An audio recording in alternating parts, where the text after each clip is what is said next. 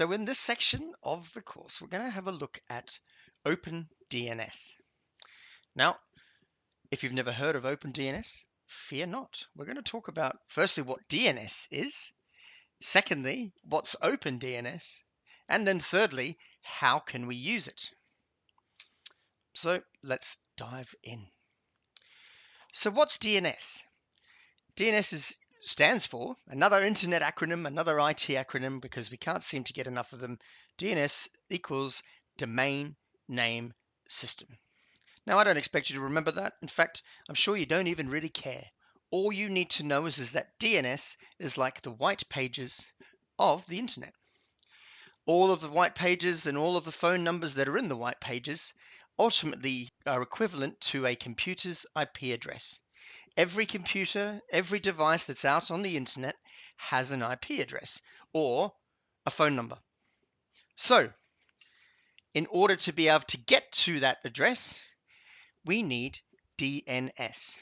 And DNS is what converts the phone number or the IP address into a human readable thing or name like www.google.com. And it's that simple. Just to dive a little deeper, let's have a look at an example.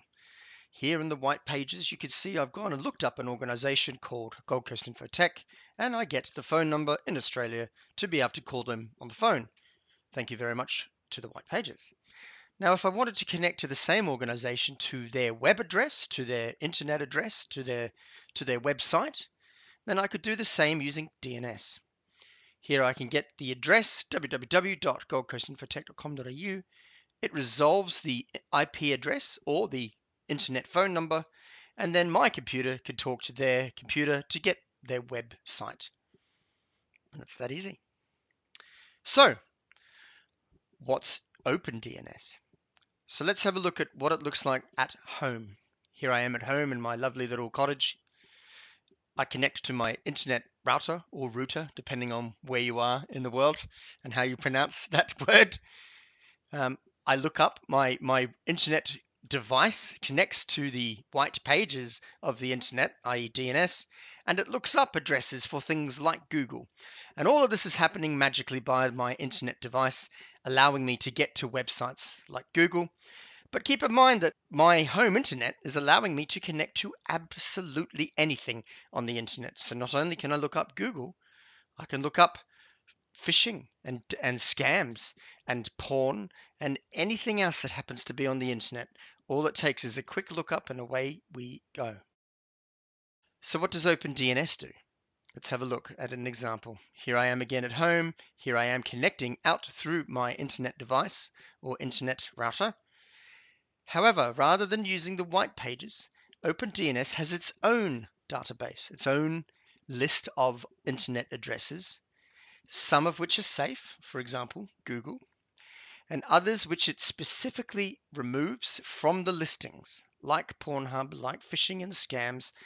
All of those are removed. So basically what that means is when a router here tries to get to that device, your internet device, tries to get to those websites, it gets a phone number not found. And that's it. That's what OpenDNS is. It's a way of protecting you, your devices, everything that you run at home from nefarious websites. It's also a way of protecting your kids from getting access to sites that you don't want them to. For example, porn or phishing or bomb making, etc. So, now that we know what DNS is, now that we know what OpenDNS is, how do we leverage it? So quite simply, we configure our internet devices, our internet routers or routers at home so that every device inside the house connects not out to our global DNS or to the Optus DNS, but instead to go and talk to something like OpenDNS. So that means every device that's here at home will communicate through the internet device and will use OpenDNS in order to resolve all web addresses.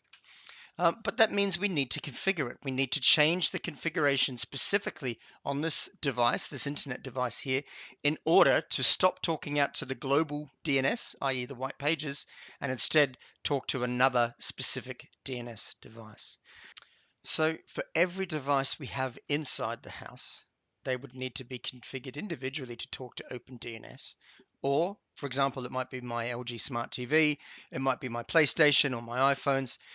In fact, some devices you can't even change the DNS on them. You can't change that configuration. So it has to be done here at the internet device point. So that's why if you configure it here at your internet device, you configure it once, and every device inside the house then has the protection of OpenDNS. There may be times when you want to specifically do it just on one device, like your child's laptop, for example.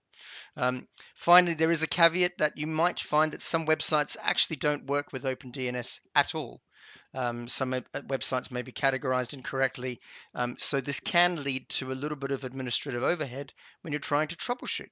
Why is this working? Why isn't this working? What's going on? Why can't we connect? So do keep that in mind, that going down this path of using OpenDNS for internet protection can add a little bit of complexity. So now that we've talked about that and we understand it, let's have a look at how we could configure it and test it for use.